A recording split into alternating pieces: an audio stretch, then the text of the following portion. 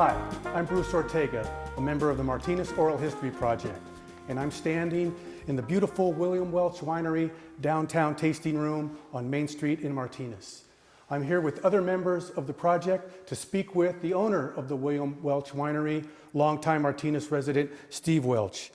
Steve is the third great-grandson of Martinez pioneer William Welch, and he's been gracious enough to give us some of his valuable time so we can learn more about the Welch family and the history of the family. On behalf of all the members of the project, Steve, I want to thank you for being here with us and agreeing to do this. Yeah. I can't tell you how excited we are in the project to do this, because it seems to us that the history of the Welch family is really so intertwined with the history of Martinez. So again, we want to thank you for agreeing to meet with us. The walls of this beautiful tasting room tell the story of William Welch and the subsequent generations of his family. So I thought for this part of the interview, we would just go around the tasting room and talk about the information that the walls contain. Does that sound okay? Sounds great. All right.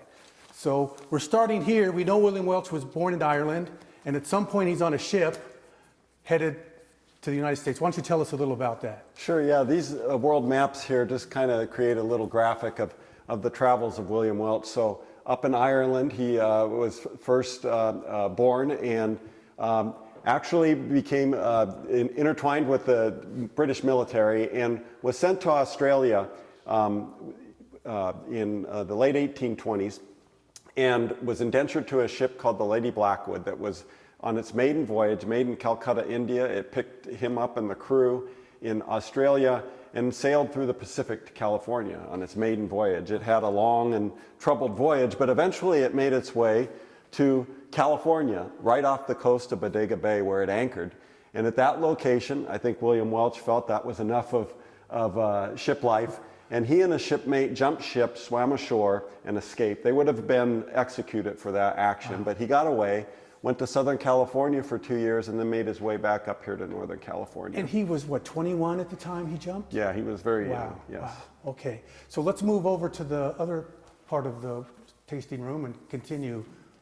Before we return to discussion of William Welch and his travels to America, I'd like to ask about this. This is a grapevine from the actual Welch winery on Franklin Canyon, correct? Correct, yeah. These are grapevines that had been killed by voles, actually, and rather than destroy them, my son came up with the idea of finishing them nicely and hanging them here as decor in our tasting room. It's awesome, and before we leave today, we need to get a shot of what's outside the winery, because their son Tommy did this incredible, I don't even know what to call it, it's so beautiful. It's a sculpture. A sculpture with William Welch actually jumping ship. So we'll get a shot of that before we leave. And here we have a picture of the Lady Blackwood itself, correct? Correct. Okay. And as you mentioned, William Welch was born in Ireland in 1797. He's taken prisoner in 1819, sent to Australia. And then we know, as you said, Lady Blackwood was built in Calcutta, sails to Australia in 1820. He joins the crew of Lady Blackwood as an indentured sailor in September 1821. And then, as you also mentioned, in December 1821, he jumps ship in Bodega Bay at Fort Ross and escapes. And my understanding is the ship was going there to trade with the Russians that were at Fort Ross. That's correct? Yeah, Fort Ross was a major Russian outpost in California. And I think you mentioned that he went to LA first. Yes. And then came back? Came back to Northern California. And where did he stay? In this area, in the Walnut Creek, San Jose area, San Jose Mission. Okay, yes. so the San Jose Mission, and that's where he meets Maria Antonio Galindo, a descendant of the De Anza settlers. Yeah, so he befriended many of the settlers in this area, including the Pacheco family, Salvio Pacheco, the founder of Concord. And Salvio Pacheco's, one of his sons, Francisco Galindo, was Maria Galindo's brother. And yes, he met Maria and married her. Okay, and he became baptized in the church. Became baptized, became a Catholic. Given the name Julian Willis, correct? Correct. And he was also naturalized. That's right. And given the name Guillermo Welch. That's right. Okay, so when I'm in Concord and I see Galindo Street, that's this family. It's the same family. Wow, so connected to Concord as well. So 1826 onward, he's in San Jose? Correct. Okay. San Jose in here. He would travel to this area Okay. as well, but Okay. mostly San Jose. And when did he apply for a land grant?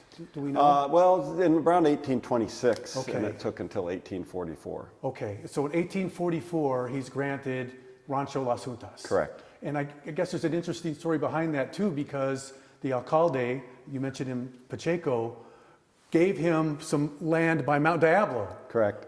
But that was the same land that Pacheco had applied for. That's right. So he said, you can't have that, I'm taking it, you get Rancho Las Juntas. Yep, that's exactly what happened. Wow, wow. So, but before then, as it says here, Ignacio Martinez, who I understand was the father of Don Ignacio Martinez, who founded our town, right? Correct.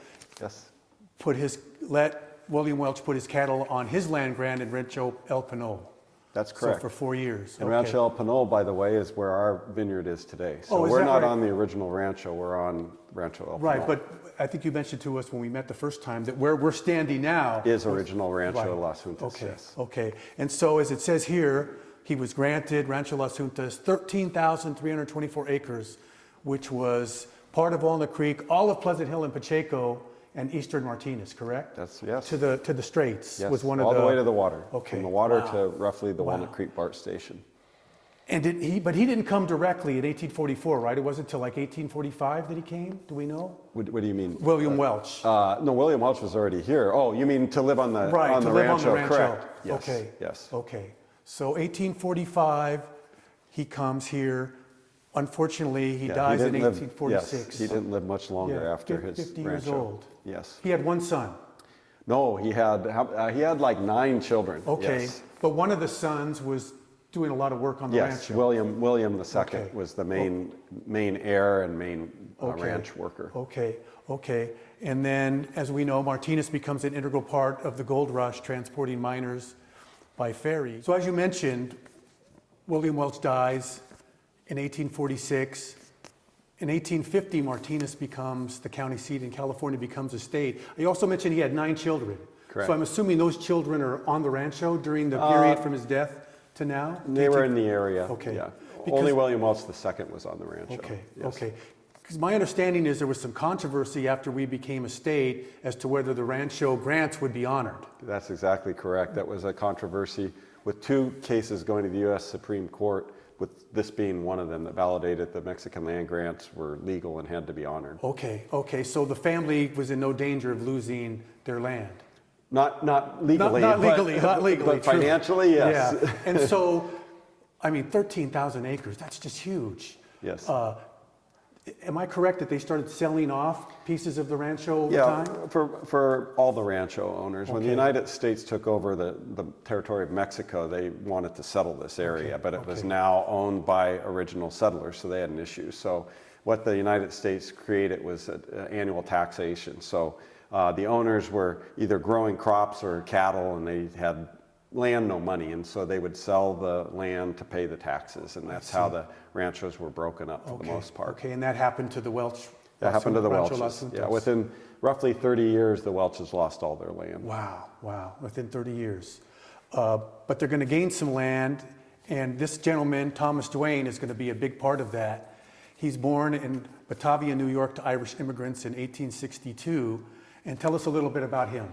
So Tom Duane is kind of my inspiration of me becoming a grower and a winemaker. It's his daughter that ends up marrying a Welch, so that's how I'm Welch. But he came here in the late 1880s, having been raised and trained as a nursery worker. And he started his own nursery in Franklin Canyon, where he bought property in 1886, Okay. part of Rancho El Pinol, as I mentioned. okay. Had over 100 acres of farmland, as well as his own crews, a crew of 20 workers that he used to manage other farms in the area, including Dr. Strenzel's property, John Muir's father-in-law. Sure, sure. Wow, wonderful. And then here we learned that in 1868, Francisco Galindo, who was William Welch's brother-in-law, co-founds Concord with Salvio Pacheco, who had been the alcalde. That's right. And as you just mentioned, Tom Duane buys 100 acres from Mr. Franklin and starts his Franklin Canyon Ranch in 1886. And then we learn here, Patrick and Edward Rogers found and named Pleasant Hill And Sadie is born at Rogers Ranch. Tell us about Sadie. Sure. So Sadie Duane became Tom Duane's wife. The Rogers were also a longtime family here in the Pleasant Hill area. Patrick and Edward Rogers, they were brothers, had bought property in Pleasant Hill. So Sadie was one of their daughters and married Tom Duane, and they moved from, she was born at Rogers Ranch, which is still there today in Pleasant Hill. So the park on Grayson Street, that's the correct. Rogers, It's that's named their, after wow, this family. Okay, wow, yes. okay. And so she was born there, but married, Tom Duane, Okay. moved to the Franklin Canyon Ranch. Okay. Oh, wow, this is just so great to learn all of. It's just amazing. I drive on Franklin Canyon Road a lot, and I see Duane Lane, and now to realize that the man it's named after developed the Bing Cherry, wins the bronze medal at the St. Louis World's Fair, Martinez. Yes. This is just great. I know I'm gushing here, but this is just wonderful to learn. So Tom Duane and Sadie have a daughter named Verna. She grows up and she marries the man who's your grandfather, George Welch. Yes. Uniting the pioneer families, the Welch, Galindo, Soto, Bernal, and Briones families. All the names that we hear as Martinez people growing up, Right. all united. This is just terrific. And then our next piece of information, you, your brother Mark, Deborah, and Eric were born between 66 and 71. And you're living on Franklin Canyon? Yes, we still live on the original Duane Ranch. Okay, Yep. okay. And we'll get to We that. still when have some of that. Yes, we'll when talk we get to about the it other over there. side, we'll kind of backtrack a little bit. And then we talked a few minutes ago about the Rogers Ranch, and it's saved and placed in the National Registry of Historic Places in 1987. And there's a house there that still exists that's used for various recreational events for Okay. the city of Pleasant Hill. Oh, okay, wow. And then the Galindo House in 1988, placed in the National Registry of Historic Places. And is that near Galindo Street in Concord? Yeah, it's on Galindo Okay. Street. It's Kind of where you get near Clayton Road? quite a bit before Clayton Road. It's closer to where Chili's is. Oh, okay, Yeah. okay. So in 2005, the vineyard where you grow the grapes to make this wonderful wine, I planted it in that's when 2005. okay. Yes. Wow. And tell us about Richard. Oh, he's an Pato. important person to me. He's a really close friend, and he introduced me to Kent Rosenblum, who gave me my original contract to plant Okay. the vineyard. So Okay. Kent Rosenblum started Rosenblum Cellars in Alameda. Okay. Was very influential in the wine business. So Rich got me that contract. So a lot he's of passed away, but I honor him here on the wall. So a lot of Rosenblum wines were made with grapes. Yeah, they were grown on using your some of my property. grapes. Yeah, they put it Wow. in what they called the Contra Costa Zinfandel. Okay, Yeah. okay. And then, so there was an old Franklin Canyon store. Yes. Tell us about So the Tom Duane in 1906, he had his nursery, and that was his main business, was growing nursery stock to stock the ranches that were being put in here, the fruit ranches. But he also opened a small grocery store in Franklin Canyon Road before Highway 4 was built. That was Okay. the main road from Okay. Hercules to Martinez. Okay. And so until 1963, that store sold a variety of mostly produce. Was the store near where Duane Lane is? Or Somewhat. Okay. It's pretty much was right in the middle of the property, so Okay. it's probably a quarter mile from Duane Lane. Okay. And then here, we know where we're standing was opened in 2023. And here's a picture of the grand opening and the ribbon cutting. What inspired you to want to open a tasting room? Well, as the years went on, initially I just wanted to grow wine grapes because I love growing and agriculture. And as I said, Tom Duane and his inspiration of being an agricultural person in this area, I wanted to do that. But I got into winemaking and enjoyed it. It was fun. And I was an engineer for 32 years Right. and wanted to have I wasn't ready to retire entirely from the working world, but I was ready to move on to something different. And so I thought, well, this would be a nice business to retire to. And I just want our audience to know that we're going to have a second part of this interview where we're going to get into really much more detail about you, your more immediate family. So we're kind of just doing an overview here, but next time, because your accomplishments growing up and afterwards, we have to talk about as well. So Okay. Well, we're thank you. definitely going to get into that. So let's move over okay. to the other side, and we can look at some of the wonderful pictures you We're going to have. go this way. Okay. We were talking off camera about these two pictures, and these are 1897 pictures of the Duane Ranch Fruit and Nursery. And you were mentioning it's not grapes, it's Yeah, nursery stock. yeah, So, yeah. you know, they're smaller plants. They look like grape plants, but they were nursery stock. He would get started, dig it up, and move it to another ranch. And these were where he's developing the Bing cherries. That's right. And then here we have a great picture of him with a box of Bing cherries that he could send to President Taft. That's right, yeah. So he was pretty famous for his cherries, not only from the 1904 St. Louis World Exposition, but just by word of mouth that his cherries were large and sweet. Wow. And then, okay, here's the grocery store that you mentioned, Fresh Root Beer, 1928. So yeah, they would sell a variety. They sold some small items like root beer, fountain root beer, but mostly produce, vegetables and fruits. And this was on the same property where you are today? That is the same property today, and in fact, I fixed it up, and that's why I have a tasting room that in the summer I'm open for wine tasting. Okay, so we can go there in the summertime and taste right. some of the wines, not just here? Yes. Oh, that's great to know. And then here's the family. Yes. So that's just a So they had family. They had two children, Joseph and Verna? Well, they ended up having 4 children. One of them passed away, so they had three children, yeah. So Verna, let's see, Joseph and Ruth. Okay. Great pictures. And now here we have them again with the baby Duane. Yeah, this is Duane another, Welch. so that's my Uncle Duane when he was born. Okay. And he's the little baby that Tom Duane's holding there. And then that's his brother who came with him to California when they left New York. His brother John, and then Joseph is his older son. Okay. And then that's a great picture with his daughter. Yeah, that's my grandma Verna on the horse, and she's the one who ended. I always say when I'm telling the story at the winery, the little girl on the horse is married a Welch, and that's how I became Welch. Right. And your dad died so young. She outlived your father. Yeah, she lived out both of her sons, by quite a bit. It was very sad. Yeah, yeah, well, like I said, we'll talk more about that next week. And here's a photo.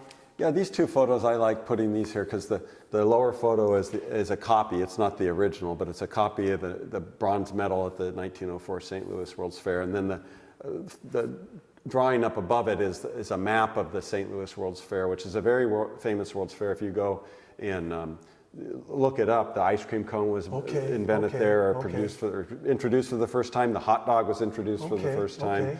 And as I noted here, Contra Costa County won a gold medal for wine grapes in that World's Fair. Is that right? And so Contra Costa County, many people don't know this, was a center wine growing region before Prohibition. I know that, as we mentioned earlier off camera, Vine Hill in the early 20th century was a prodigious wine. That's right.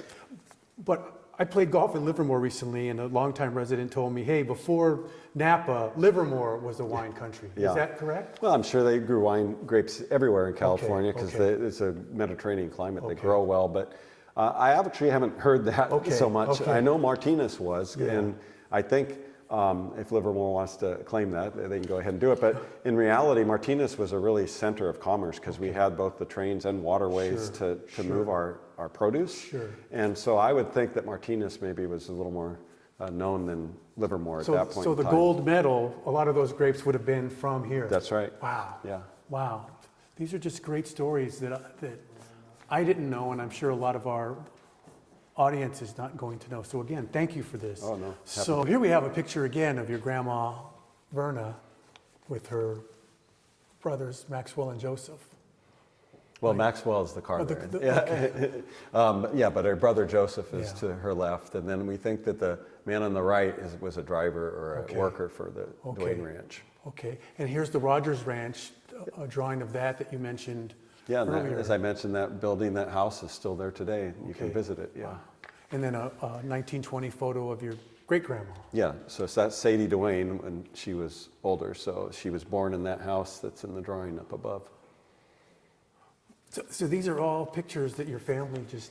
Yeah, we had these through the years. Yeah. They were, my grandma kept them all, and they were smaller versions. I've blown them all up, but we just kept them. I saw them. I heard the stories behind them, so I thought I'd put them up here. Oh, this is just tell a story. Just outstanding.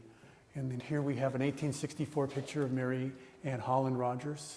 Yeah, so these are the two that are in that cartoon there, the two drawings. These are the actual, my great-great-grandparents, so Patrick and Mary Rogers. Okay. And it says in 1868, Irish brothers settled in Pleasant Hill after trying their luck at the gold rush.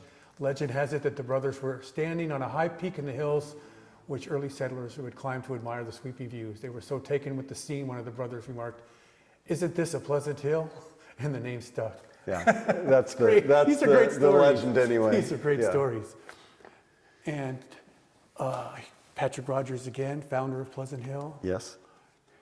And then, and Mary. And then we go, the next two photos are Welch photos.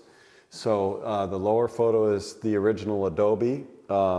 This is a photo in 1925. This is the adobe. So one of the requirements that the Mexican government required to get a Mexican land grant was that you live on the property, that you have a home. They wanted to settle the property. And this is the original location and adobe home that was built on that location, which was sadly removed during the construction of the Walnut Creek BART system. Okay. And then the photo above is the same house, but a different angle, different photo, of course. And my grandfather is the little boy wearing the hat there. Okay. So that's another record of the Welches here living in Walnut Creek area. These two pictures are great. And here's one of Tom Duane at the groundbreaking of the original Alhambra High School, which was located where the Congressional Church is now in the district offices. He was not only, obviously, a very successful rancher and nursery grower, but he became a member of the school board. Right. And I have to tell this story because I'm just an Alhambra athletics nerd. But when he was on the school board in 1911, one woman in town, her name was Layla Veal. Veal Street's named after her family. She wanted there to be a girls' basketball team at Alhambra High School. Basketball had been growing in the country. A lot of high school girls and college girls were playing. So she went to the principal, D.L. Brillhart was his name, and she said, "I think we should have a girls' basketball team at Alhambra." And he said, "Absolutely not. Girls shouldn't be playing sports." So she said, "What if I go to the school board and convince them? Will you let us?" And he said, "Yes, but it has to be a unanimous vote, 5-0. So she went to the school board. Tom Duane cast the only negative vote against. He thought girls playing basketball, because they were wearing bloomers, he thought that's not ladylike. But she persisted, and he eventually... Well, what's interesting is that my grandma played on the Alhambra basketball team. So Yes. His daughter ended up playing basketball. Exactly. And they were very successful. They had a team from 1911 to 1928, and they won 5 championships during that period. Wow, okay. And then in 1928, sports for girls at Alhambra just came to an end. And so from 1928 to 1966, if you wanted to play, you just did intramurals. Okay. It was real. Wow. But yeah, and then Tom Duane was not only instrumental in getting the Alhambra built, that was the 1910 building, but then the building in the 20s. And here's the gym, a picture of the gym in 1953. So this is an act. This was so I was given this photo. This was not a family photo, but Bob Zanussi, who knew my dad, was a friend of my dad. He gave me this. He came in here to the tasting room one day. He's in his 90s today, but he gave me that photo, and he's right dead center in the middle of the photo. Bob is, but my dad's also in this photo, and I can pick him out. But he said this was the very first dance in that gym. In those days, the Alhambra band played for the dances. Right. So that's what's going on in this. And you can see people are always amazed that was how formally dressed they were for just a regular dance. Yeah, my dad graduated high school in '52, and when I look at his yearbooks, all the formal pictures, they're in white jackets. Yeah, it's two fantastic pictures. And here we have... Yeah, there's a photo of my grandfather, George Welch, and my grandmother, Verna Welch, the little girl and the horse. There she is, a young lady, and they were married in 1926. And so your grandma could write music? Yeah, she was a musician. She played actually in Oakland. She went to Holy Names School for Music, and she studied music there. And she had a radio show in the late 1920s where she played piano and sang. But anyway, she wrote and played music, and she wrote that song there for her husband George when he passed away. And she never had it written down. She'd always play it and sing it. And I told her one day, you should write it down so I'll always have it. And so she wrote it down. That's fantastic. And you have musical talent too. A little bit, mean, yeah, I'm a trumpet player. You were in the jazz band at Alhambra. Right. And then you wanted to actually major in music, I understand. My wife did. Okay, Yeah, okay, my wife did. Okay. Yeah. And who are these two? That's my dad, Tom Welch, Thomas Okay. Stephen Welch. He was named after Thomas Stephen Duane, and his brother Duane Welch. Okay. Wow, great photo. And then here we have And our that's last. George Welch when he was a young man, Okay, with in a front of the family Adobe. dog. Yeah, in front of the Adobe. And then here's your And there's grandma our with you family, and your with my grandmother, and yeah, her your later brothers. years of her life with my brothers and cousins. And then we're going to talk a lot about, your children next week. But Okay. here's a picture of them in front of this. Yes. And then this is one of the parades. Yeah, we like to participate in the parades Yeah. here for sure.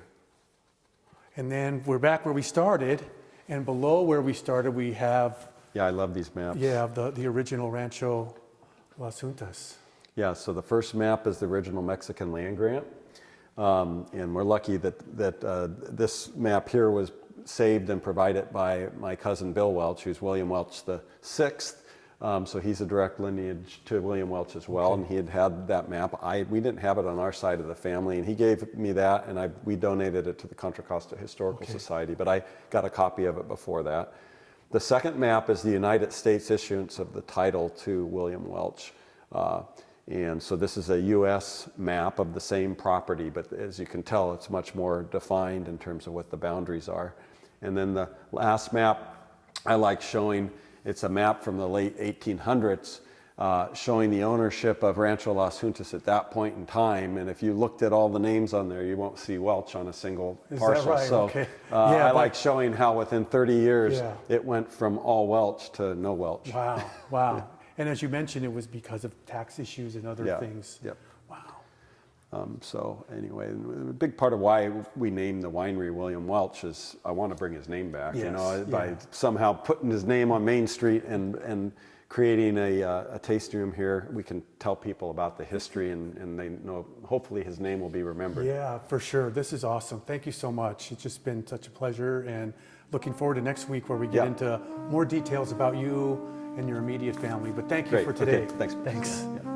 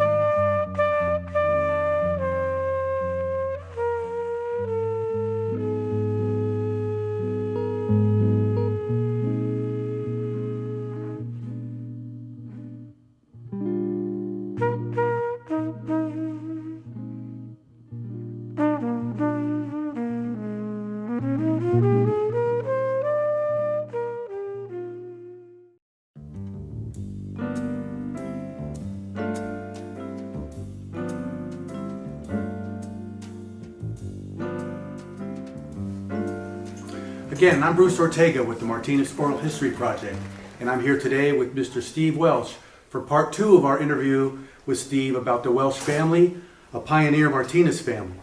Steve, thank you for taking the time to be with us here today. We're very grateful. Thanks, Bruce. Both you and Janine have given us a lot of your time, and again, we're very grateful for that. We at the project believe deeply that your story, the story of your family, is going to be an incredible addition to the Martinez historical record. So thanks again for taking the time. Part 1 of our interview, we spend a lot of time. You're the third great-grandson of Martinez pioneer William Welch, and we spent a lot of time talking about William Welch and some of his descendants. And then we spent a lot of time talking about your maternal great-grandfather, Tom Duane, who I think it's safe to say was a world-famous horticulturist. Yes. So I want to begin today with kind of the merger of the two families the Welch and the Duane family, and I think it began in 1926, right? Correct. With the marriage of... With my grandma Verna and George Welch. Right, right, and he was a great-grandson of William Welch. Great-great-grandson. Great-great-grandson, and she was the daughter of Tom Duane. Yes. And my understanding is when they were married, she had graduated the previous year from Alhambra and was at San Francisco Teachers College. Yeah, that's right. Yes. And what was he doing? He wasn't a Martinez resident, right? Well, he was living in Walnut Creek at the time, Okay. and the story is that his car broke down on the Duane Ranch, and Okay. my grandfather went and helped him, and that my grandfather thought that he should meet his daughter Verna, and Okay. so he went and introduced George to his daughter. Okay. So they hit it off and started to court. And did she didn't continue in college after the No, she marriage? ended up going to Holy Names. Okay. Yeah, but not after marriage. no, Okay, yeah. They didn't okay. get married right away. Oh, Yeah. okay, okay. And then after a few years, they had 2 children. Yeah. And the oldest was your Duane. Uncle Duane. Yep, And then your father a few years later, Tom. that's correct. Okay. And at the time, so they're growing up on the property where the winery is now, correct? Yes. Okay.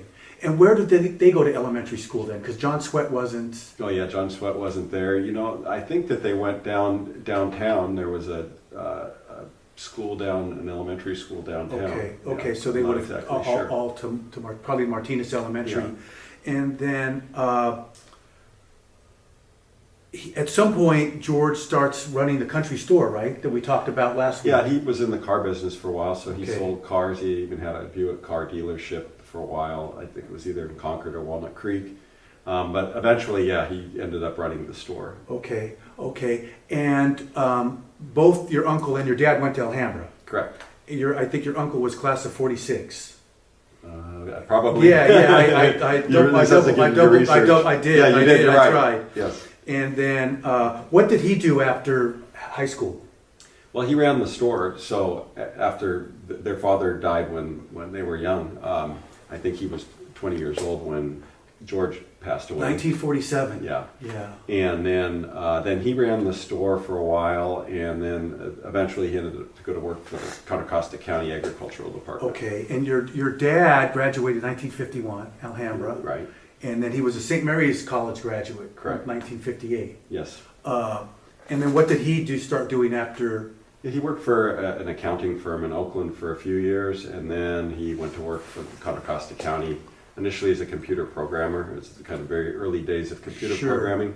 And then the county administrator's office, and that's where he worked for 26 years. Right, right. And I remember when he became one of the prominent leaders of the Retiree Association. Yeah, he Contra worked Costa. on that, and then he was also the president. He went on and off between being the president and the vice president of the Contra Costa Credit Union. And your Uncle Duane obviously had a lot of success because when he retired, or after he passed away, and he passed away at age 52, 1982 I think it was, the Contra Costa Agriculture Department planted a tree and a plaque in his honor outside their Yeah, by offices. Buchanan Airport. Yes, I remember yes. being at that ceremony. Is that right? Yes, Okay. yes. How when I think about your mom or your grandma, burying her husband when he was 47, and then both her sons died. Yeah, at 53. Yeah. Right, right. But to go back, your dad starts with the county, but in mid-1960s, he meets somebody. Yeah, he met my mom, Eileen, Okay. and they met at a family party, actually. My Aunt Karen is cousins with my mom, Okay. so that's how they met. And she was going to San Jose State at the time to become a teacher. And yeah, they started courting for a few years, and then they got married. Where did she grow up?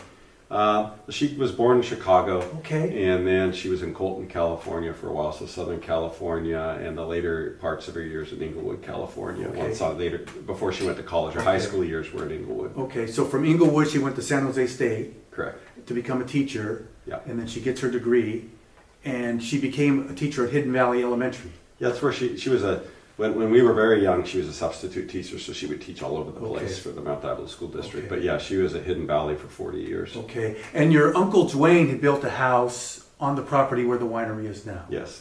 Okay. Very near where the house that we were looking at the last session, the original Duane house. Oh, okay. It's like the part of the foundation of that house is the very front of Uncle Dwayne's house. Okay. And then your dad built a house on the property as well? Yes.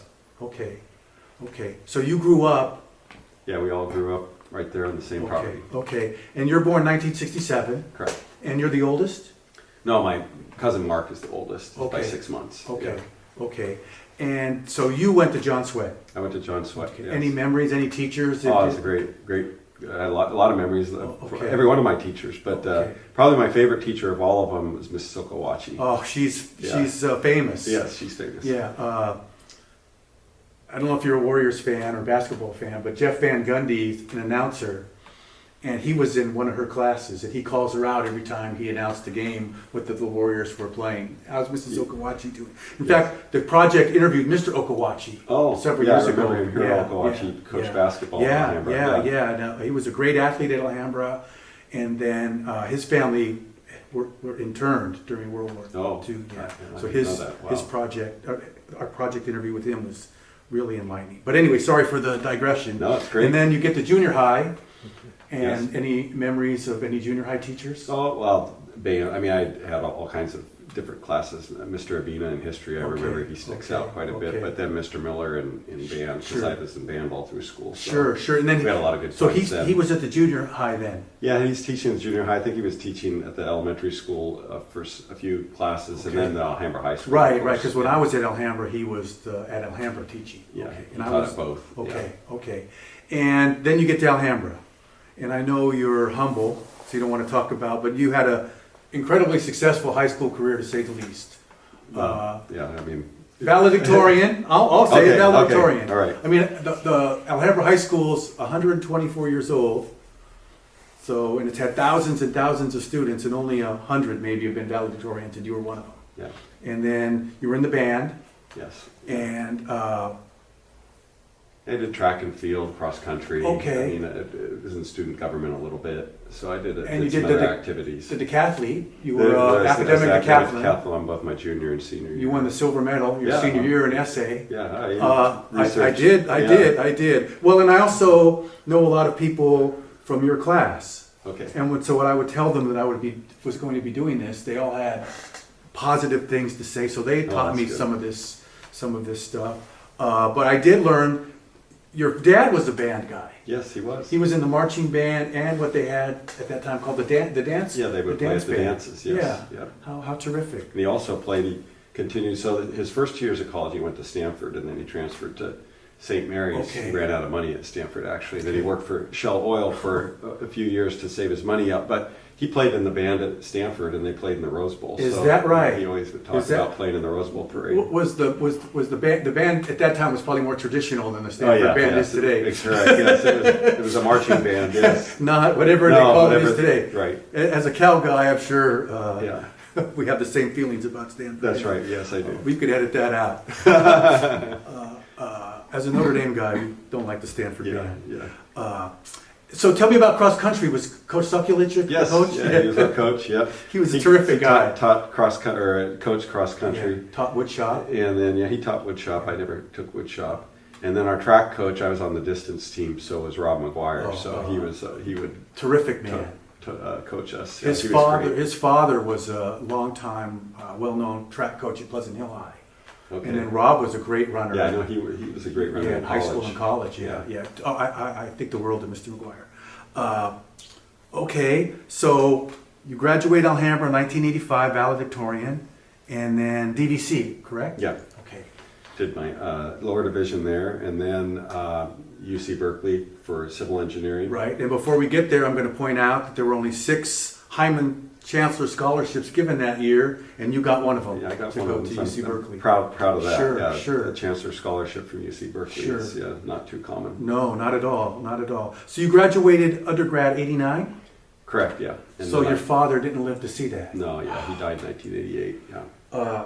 So '89, you get your undergraduate degree in civil engineering. Yes. And then did you go to graduate school right away, or did you work first? I worked and I did both. I couldn't make my mind up if I wanted to work or go to school, so I did both. So the company I worked for was very nice to let me, Black and Beach Engineers, and they let me work 20 to 40 hours a week, and then I went to graduate school at Berkeley at the same time. Okay. It took me an extra semester, but So you were living in Berkeley? yeah, I was living in Berkeley. And I then, lived in Berkeley. and the whole Black time. and Beach was in Concord? Yeah. So you're commuting? So I would commute Okay. to Concord 3 Okay. days, usually 3 days a week. But, Okay. Yeah. So you get your master's degree in 91?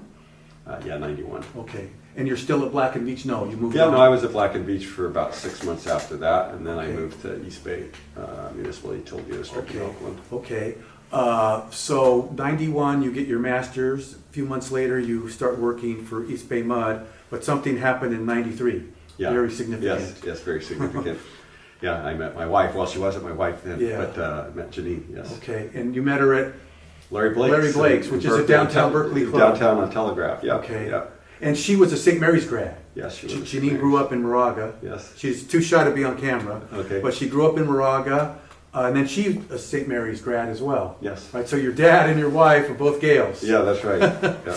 So you meet in 93 and start dating. Yes. Okay. And then get married when? About a year and it's 18 months later. So, Okay. well, we got married in 93. Oh, right? okay. So you met in 90, 91, 90, 92? 90, yeah, 91, 90 or 91, right? So in you there. you had not finished your No, I was first in master's. graduate. I was Okay. in graduate. I was Because you in have two graduate master's school. degrees from Yeah, UC and my Berkeley. second one was later. yeah. Okay. Okay. So yeah, wait, that's right. 90 or 91 is when we first met, Okay. and then yeah, we got married in 1993. And was she working outside the home then? Oh yeah, she worked for Shearson Lehman Brothers for a while, and then she worked for Charles Schwab. Okay, for about 10 years. So her financial background is probably That's really right. helpful now. Yes, no, Right, she's running the winery. very good with money. Yeah, and also as I saw on the website, she likes being on the tractor. She likes to drive Yeah. a tractor. We have a few photos of that too. And I also want to give a shout out to her because she gave us a lot of information. She's kind of a historian herself. In fact, just a couple of months ago, she gave a presentation as a member of the Contra Costa Historical Society back in New York about the Welch family. Yeah, that's right. Just- No, she's very committed to Contra Costa history and helping the Yeah. historical society. Yeah, And that's just so awesome. So, Contra Costa Water District for 26 years. Yeah. And you were general manager at the time you retired. yes. Did you enjoy your time there? Yeah, oh, I enjoyed my time at Okay. Contra Costa Water. This was a Okay. great organization. Okay. I feel it's a big part of me, a big part of my life. And I enjoy being the general manager too, but COVID hit during Oh, it did? Okay. during that, Okay. so it created a bunch of challenges, kind of slowed down some of the stuff I wanted to get done. Okay. And but we found our way through it. But it was challenging because in the beginning, nobody knew what to do and how to handle such a situation. How do you keep things going when people are afraid to come to work? And yeah, the water business is it's hands-on. you can't push remote. buttons. You can't remote You can't work. remote very much. There's some things you can, not very much though, and it requires a lot of communication. So we found ways to do it, but it was a lot of challenges. Okay. And what period of time, or what years during that time did you get your MBA from? Yeah, so from the year 2000 to 2003, I went to the UC Berkeley Haas School of Business. Okay. And I would go in the evenings. And Okay.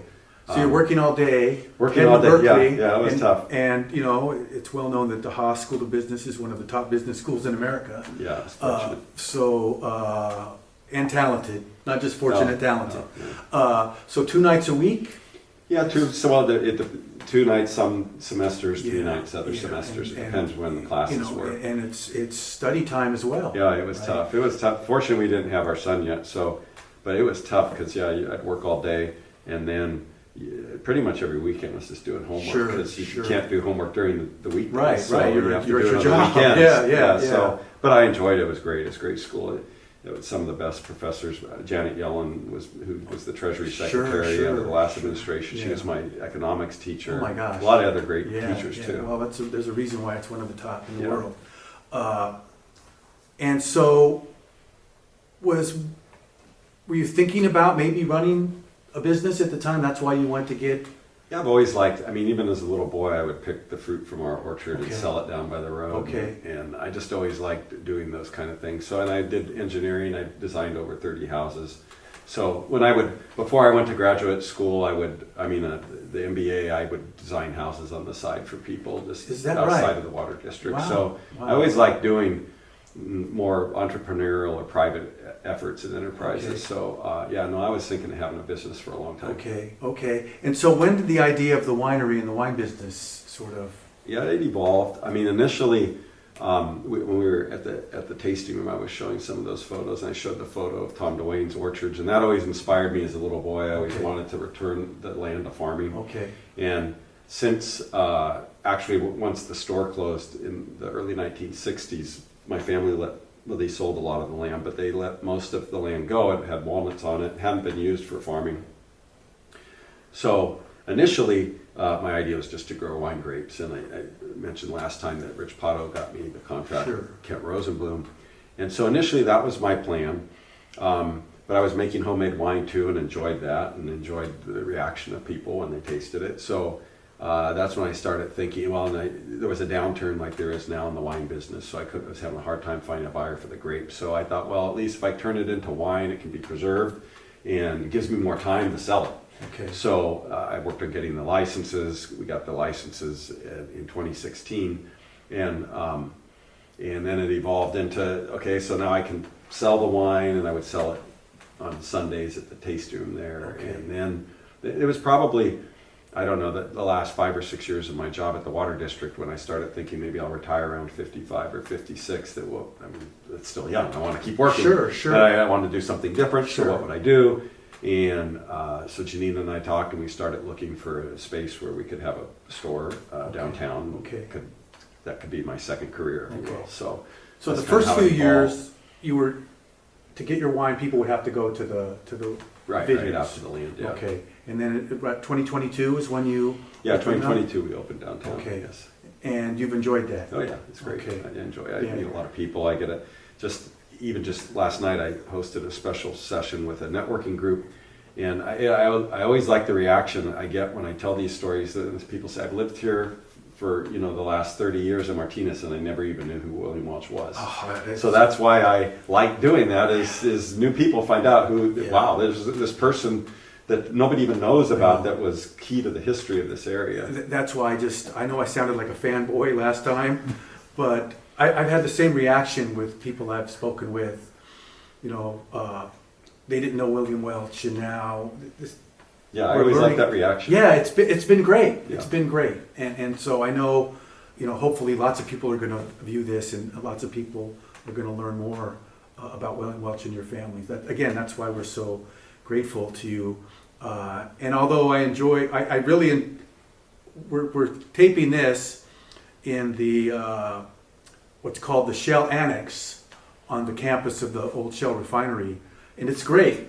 But I sure enjoyed doing the interview last week Oh, too, thanks. because I was able to take another bottle of your great Petite Oh, Syrah. thank And so another really important thing happened in your lives in early 2023 or mid 2020, mid 2003. Sorry, yes. tell us about that. Oh, the birth of my son, Thomas Stephen Welch, named after Thomas Stephen Duane. Okay, Thomas okay. Stephen Welch was my dad, so Thomas Stephen Sure. Welch II. And I'll get choked up if I think about it too much, but the most wonderful day of my life, really. Yeah, we're very proud of him. Yeah. He, John Sweat, Yes, he went to John Sweat Yeah. Elementary also, and then De La Salle, and then he went to De La Salle for high school. and now he's in the Ivy League, And now he's in the Ivy League. Cornell. Yes, yes. But he's got a talent. He's Yeah. a filmmaker. He's loved movies ever since he was a little boy, and it took him a while to find that path in life, but he's back to where he loves, and he's working on making movies, Okay. learning about making movies, making short movies. So Okay. Have you hopefully seen have a any of great his career. seen any Oh, of I've his- seen his movies. Yeah, Okay. they're good. He's I getting bet. a good set of He's skills. got great genes.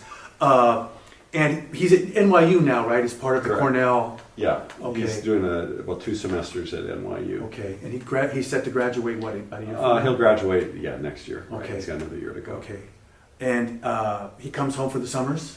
He's been coming home for the summers. Last summer he came home for a while, and then he went to USC to do some coursework in filmmaking Okay, there. because they have a great They have a great film school Yeah. there, so Wow. he was able to get into a course there, and so he did that. So this summer he may do the same kind Okay. of arrangement where Okay. either there or he may stay in New York Okay. and take some more classes. How proud you must be.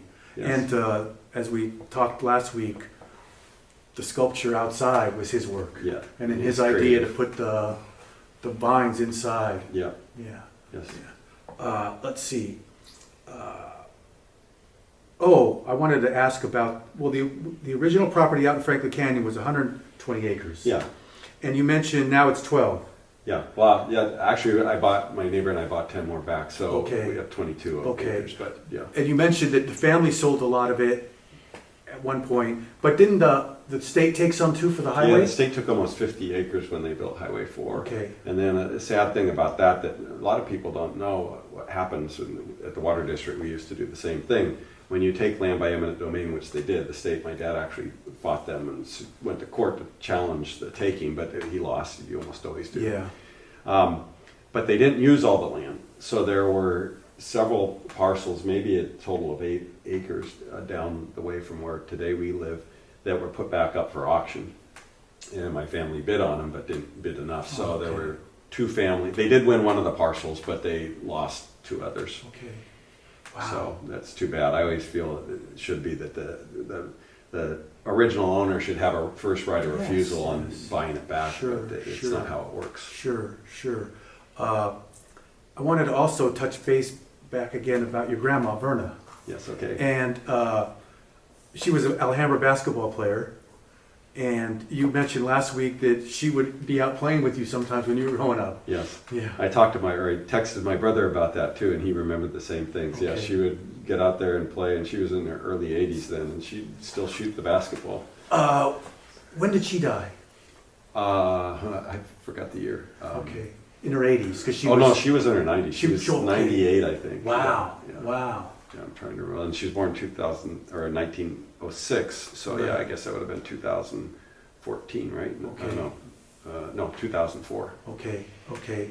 And is she at the downtown cemetery? No, she's buried with the rest of the Duanes in San Pablo. There's Oh, a okay. Catholic Oh, cemetery okay. there, so Okay. all the Duanes have plots there. Okay. Okay. And let's see. She and George, they're both buried. Oh, they're both there. in San Pablo? Yeah, we ended up. My family didn't have money when he died, so we ended up putting a tombstone there for both of them now. Okay. And I wanted to ask you about your brother. You just mentioned him. How's he doing? He's doing well. He's in San Diego. Okay. He ended up going there to UC San Diego. Oh, what a beautiful for his- campus. yeah, it's a beautiful campus. And then Why would he want to leave, right? Yeah, exactly. And then he went to University of San Diego for law school, and Okay. he's just stayed there ever Okay, since. so he's he's got an 2 attorney. young boys. Yeah, he's a lawyer. Okay. He's got 2 young sons, and well, they're not young anymore. One's 21, and the other's, I guess, maybe 17. Yeah. What kind of law does he practice? Well, I think now he's done immigration, a little bit of immigration Okay. law, and then just general business Okay. law, and I think now he's doing human resource Oh, type wow. law. That's terrific. Does he ever come up and visit? Yeah, Okay. a few times a year. Okay. Yeah. Okay. So he graduated Alhambra when, 83? No, I was 88. Oh, so he's younger than you. Yeah, he's younger. Okay, 3 Yeah. years younger. Yeah. Okay. Yes. Okay. Well, this has just been awesome. I like to conclude these interviews by asking if there's anything else you'd like to talk about or mention, and maybe I overlooked. Well, I just appreciate what you're doing to record the history here. It's really important, and again, William Welch is part of that history was missing, and so now we're getting a record of it, and I think that that's really important, especially in today's media. You know, people don't. I mean, I think a lot of people still read, but video records are a lot more. They're easier to use. Right. I think they're much more seen and heard. So Yeah. I'm glad we're doing this. Well, again, on behalf of the Martinez Oral History Project, we cannot thank you and Janine enough for giving us your time. Great. Thank you. Okay.